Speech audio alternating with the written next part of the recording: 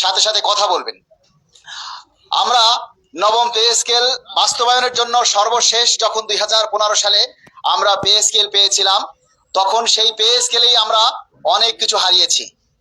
2015 সালে যখন প্রথম পে স্কেল হয়, তখন আমরা প্রথমেই 3টা টাইম স্কেল হারিয়েছিলাম। একটা সিলেকশন গেট হারিয়েছিলাম। যারা তাদের সোনালী যৌবনটা রাষ্ট্রের উন্নয়নের কাজে ব্যয় করে শেষ বয়সে অবসরে যান, তারা 45% অবসর মানে গ্র্যাচুইটি হারিয়েছিলেন, ঠিক কিনা?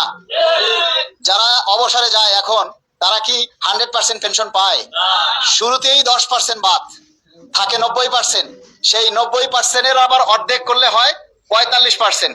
ওই 45% আবার সরকার রেখে দিচ্ছে, মানে কোনো কর্মচারী চাইলেও আর ওই 45% জিন্দিগিতে আর তুলতে পারবে না।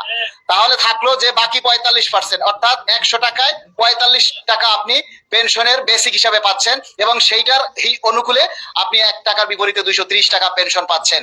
অথচ কোনো সরকারি কর্মচারী যদি চাইতো যে না আমি আমার পুরো পেনশনের টাকা উত্তোলন করে নিব, তাহলে কিন্তু সে পারতো। সেই সুযোগটাও আমরা 2015 সালে হারিয়েছি।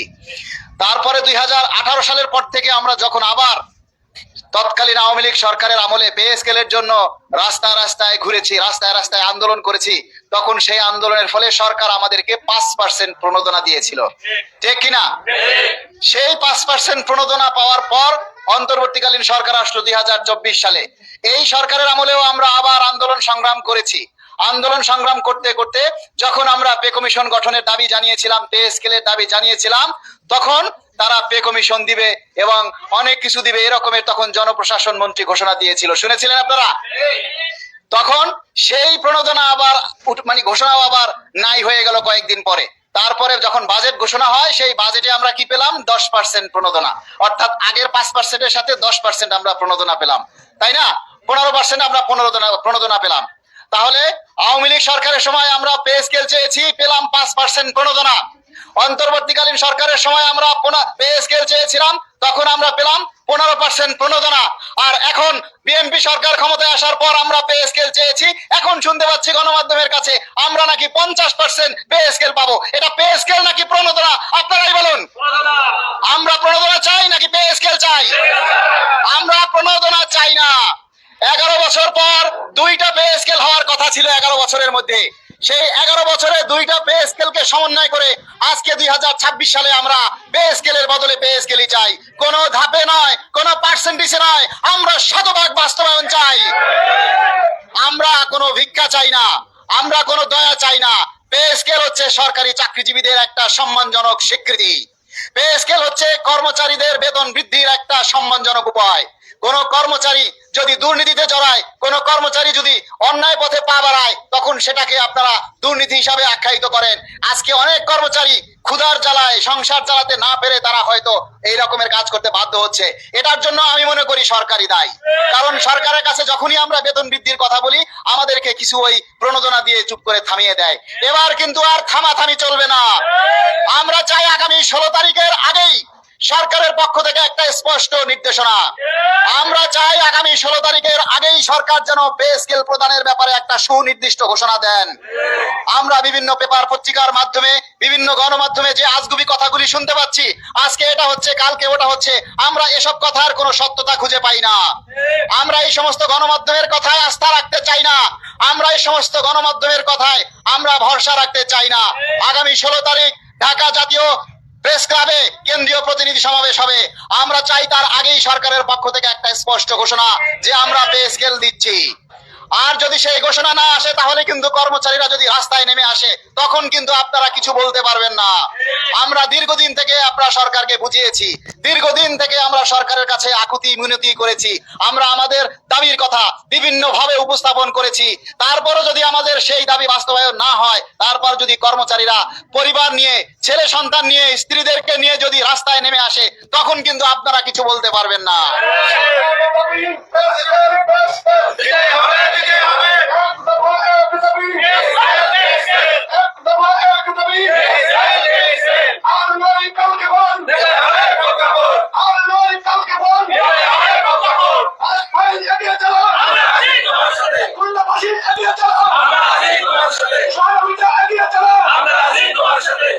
প্রিয় ভাইরা, আমরা সরকারের প্রতিটি উন্নয়নে উজ্জ্বলভাবে আমরা সাক্ষী রেখে চলেছি। আমরা রাষ্ট্রের প্রতিটি উন্নয়নে কাজ করে যাই প্রত্যক্ষভাবে এবং পরোক্ষভাবে। আমরা যারা সাধারণ কর্মচারী আছি, কেউ শিক্ষক পেশায় আছে, কেউ সাধারণ কর্মচারী হিসেবে আছে, কেউ চিকিৎসা পেশায় আছে, কেউ অন্য পেশায় আছে, কেউ পুলিশে আছে, কেউ আর্মিতে আছে, কেউ বিভিন্ন ডিফেন্সে যারা আছে, প্রত্যেকটা মানুষ কিন্তু রাষ্ট্রের উন্নয়নের জন্য কাজ করে। এদেশে 22 লক্ষ সরকারি কর্মচারী মাত্র। এই 22 লক্ষ সরকারি কর্মচারীকে যদি রাষ্ট্র ভরণ পোষণ দিয়ে চালাতে না পারে, তাহলে কিসের সরকার? কিসের সরকার এই বাংলাদেশের কর্মচারীদের জন্য উন্নয়ন করবে বলেন? আমরা তো সরকারের সাথে সবসময় কাঁধে কাঁধ মিলিয়ে চলি। সরকারের উন্নয়নে যদি সরকারি কর্মচারীরা সাথে না থাকে, তাহলে কি সরকারের পক্ষে কোনো কিছু করা সম্ভব? কর্মচারী ছাড়া কি রাষ্ট্র চলবে? কর্মচারীদের ছাড়া কি কোনো অফিস আদালত চলে? তাহলে সেই কর্মচারীরা যদি ভালো না থাকে, তাহলে রাষ্ট্রের উন্নয়ন কিভাবে হয়? আমরা সবসময় বলে থাকি, সরকারি কর্মচারীরা হচ্ছে রাষ্ট্রের একটা অংশ। রাষ্ট্রের যে একটা পরিবার, সেই পরিবারের একটা অংশ হচ্ছে সরকারি কর্মচারীরা। সেই সরকারি কর্মচারীরা যদি পরিবার পরিজন নিয়ে সচ্ছলভাবে টেনশন ফ্রি হয়ে চলতে না পারে, তাহলে সরকারি চাকরি করে কি লাভ? আমাদের আগামী প্রজন্ম যারা আসবে, অনেকেই বলে চাকরিতে ভালো না লাগলে ছেড়ে দেন। আরে বাবা, চাকরি ভালো না লাগলে ছেড়ে দেওয়া সহজ কথা। তার জায়গায় তুমি আসলে তুমিও তো কালকে সেই একই গান গাওয়া শুরু করবে। তখন তুমিও তো বলবে যে অভাব, ঘরে ভাত নাই, বেতন নাই, 10 দিন বাজার চলে না।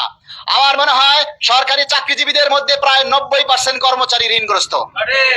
এই কর্মচারীরা নিজেদের প্রভিডেন্ট ফান্ড খেয়ে না খেয়ে বেতনের টাকা কমিয়ে নিয়ে প্রভিডেন্ট ফান্ডে টাকা জমায়।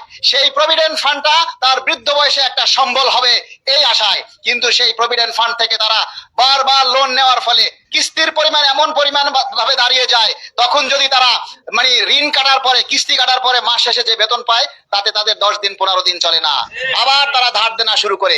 এভাবে আমাদের এই নির্যাতনের উপরে, আমাদের লাঞ্ছনার উপরে দীর্ঘ 11টা বছর চলছে। তাই আমরা আজকে আমাদের যে দেশনায়ক জনাব তারেক রহমান, আজকের মাননীয় প্রধানমন্ত্রী, আপনার কাছে অনুরোধ করব, আপনি দীর্ঘকাল পর নির্বাচিত হয়ে সরকারের ক্ষমতায় এসেছেন। আপনি ক্ষমতায় এসেই এই যে ফ্যামিলি কার্ড, কৃষক কার্ড, তারপরে আরো যে উন্নয়নমূলক কাজগুলো করছেন, আমরা এই কাজকে সাধুবাদ জানাই। তবে এর সাথে সাথে সরকারি কর্মচারীদের উন্নয়নের জন্য আপনার দায়িত্ব রাখা উচিত। এর পাশাপাশি সরকারি পরিবারগুলো যাতে ভালো থাকে, সেজন্য আপনার দৃষ্টি দেওয়া উচিত। আমরা সব সময় দেখেছি যে আমাদের যে দ্রব্যমূল্য আজকে 11 বছরে ধাপে ধাপে বৃদ্ধি পেয়ে আজকে কোথায় এসেছে আপনারা দেখেন। 2015 সালে আপনারা যে দ্রব্যগুলো কিনতেন, চাল, ডাল, লবণ, আটা, ময়দা, সুজি, আজকে কি সেই পর্যায়ে সেই দামে আছে? তাহলে আমাদের বেতন কি বেড়েছে? 11 বছরে বেতন বাড়েনি, কিন্তু দ্রব্যমূল্যের দাম বেড়েছে। 11 বছরে বেতন বাড়েনি, কিন্তু দাম কি থেমে আছে? দাম কিন্তু প্রতিদিন প্রতি সময় বেড়েছে। আমাদের বাংলাদেশে যারা সিন্ডিকেট করে এই 11 বছরে আমরা দেখেছি, কখনো পেঁয়াজকে জিম্মি করে, কখনো মুসুরির ডালকে, কখনো চিনিকে জিম্মি করে, কখনো সয়াবিন তেলকে জিম্মি করে তারা কোটি কোটি টাকা হাতিয়ে নেয় সাধারণ মানুষের কাছ থেকে। গোডাউনে তেল জমা থাকে, তারপরও দোকানে গিয়ে আমরা তেল পাই না। এমন সময় দেখা গেছে আজকে অকটেন, পেট্রোল, ডিজেল সবকিছুর দাম বেড়েছে, শুধু মানুষের দাম বাড়েনি। আজকে প্রতিটি পণ্যের দাম বাড়ে, চালের দাম বাড়ে, ডালের দাম বাড়ে, সবকিছু বাড়ে, শুধু একজন সরকারি কর্মচারীদের জীবনের মূল্য বাড়ে না, একজন কর্মচারীর দাম বাড়ে না। আজকে অনেক কর্মচারী ধুকে ধুকে তারা জীবন চালাচ্ছে। সংসার চালাতে না পেরে তারা রাতের আধারে অটো চালাচ্ছে, সংসার চালাতে না পেরে তারা বাদাম বিক্রি করে, সংসার চালাতে না পেরে তারা বন্ধের দিনে অফিসের শেষে অনেকেই দেখি পার্ট টাইম জব করে, পার্ট টাইম কাজ করে। এটা আসলে একজন কর্মচারীর জন্য সমীচীন নয়। একজন সরকারি কর্মচারী সারাদিন কষ্ট করে পরিশ্রম করে আবার যদি গিয়ে তারা পার্ট টাইম জব করে, তাহলে তার আর সেই আগের যে এনার্জি রাষ্ট্রের উন্নয়নের জন্য যে নিজের মেধাকে কাজে লাগাবে, সেই মেধাটা আর থাকে না। সেই মেধাটা চিন্তায় দুশ্চিন্তায় সেই মেধাটা অসুস্থ হয়ে পড়ে। বহির্বিশ্বে দেখবেন যে সরকারি কর্মচারীরা যে বেতন পায়, তাদের দুর্নীতির দিকে তারা মানে ফিরে থুতুও ফেলায় না। এমন ভাবে তাদেরকে পরিচালিত করা হয় যাতে কোনো সরকারি কর্মচারীকে চুরি করতে না হয়, যাতে কোনো সরকারি কর্মচারীকে অন্যায়ের পথ খুঁজতে না হয়, যাতে কোনো সরকারি কর্মচারীকে দুর্নীতি ঘুষ খেতে না হয়।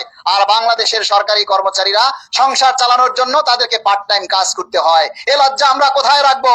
আজকে যদি আমরা পে স্কেলের জন্য, বেতন বৃদ্ধির জন্য রাস্তায় নামি, বারবার নামি, এই খবরগুলি প্রচারিত হয়, বিভিন্ন মিডিয়ায় প্রচারিত হয়, এগুলি বহির্বিশ্বেও দেখে, তাহলে বহির্বিশ্বের কাছে আপনারা কি জবাব দিবেন যে আপনার দেশের সরকারি কর্মচারীরা বেতন বৃদ্ধির জন্য রাস্তায় আন্দোলন করে?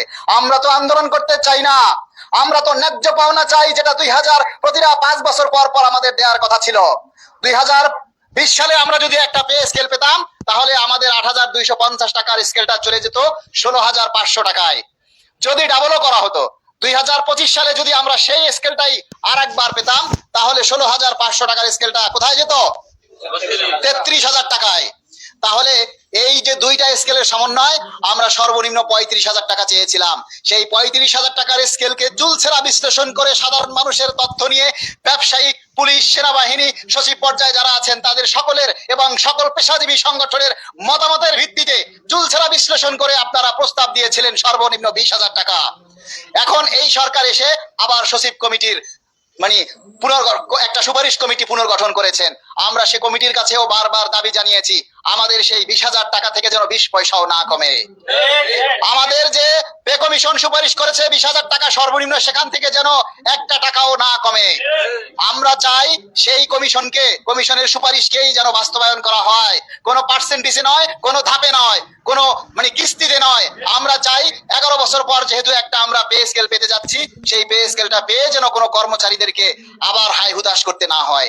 আমরা যদি আপনি যদি আমাদেরকে ধাপে ধাপে পে স্কেল দেন তাহলে কিন্তু দ্রব্যমূল্যের উপরে যে প্রভাবটা পড়বে সেটা কিন্তু ধাপে ধাপে পড়বে না, সেটা কিন্তু এক ধাপে পড়বে।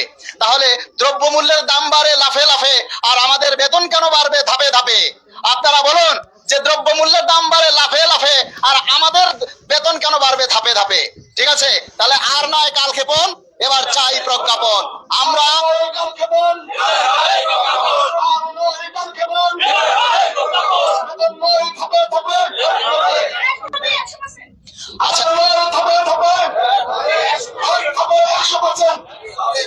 প্রিয় ভাইরা, আমরা কখনোই সরকারের বিরুদ্ধে নয়, আমরা সবসময় সরকারের সাথে আছি। যে সরকারই আসুক আমরা সে সরকারের হুকুম, নিয়ম, শৃঙ্খলা মেনে আমরা রাষ্ট্রের উন্নয়নের জন্য কাজ করতে চাই। আমরা কোনো আন্দোলন সংগ্রাম, সত্যি কথা আমরা কোনো আন্দোলন সংগ্রাম করতে চাই না। আন্দোলন সংগ্রাম করবে অন্য মানুষ, কেন সরকারি কর্মচারীদেরকে আন্দোলন করতে হবে? তাই আমরা যে গত রোজার ঈদ দিয়েছে, আমরা আমাদের কর্মচারী ভাইয়েরা যারা বিশেষ করে নিম্ন গ্রেডে চাকরি করে তারা আসলে ঈদ করতে পারে না। তারা যে 8,200 টাকা, 9,000 টাকা, 10,000 টাকা বোনাস পায়, সেই বোনাস দিয়ে তারা নতুন কাপড় চোপড় কেনার স্বপ্ন দেখে না। সেই বোনাস দিয়ে তারা কোরবানি দেখার স্বপ্ন দেখে না।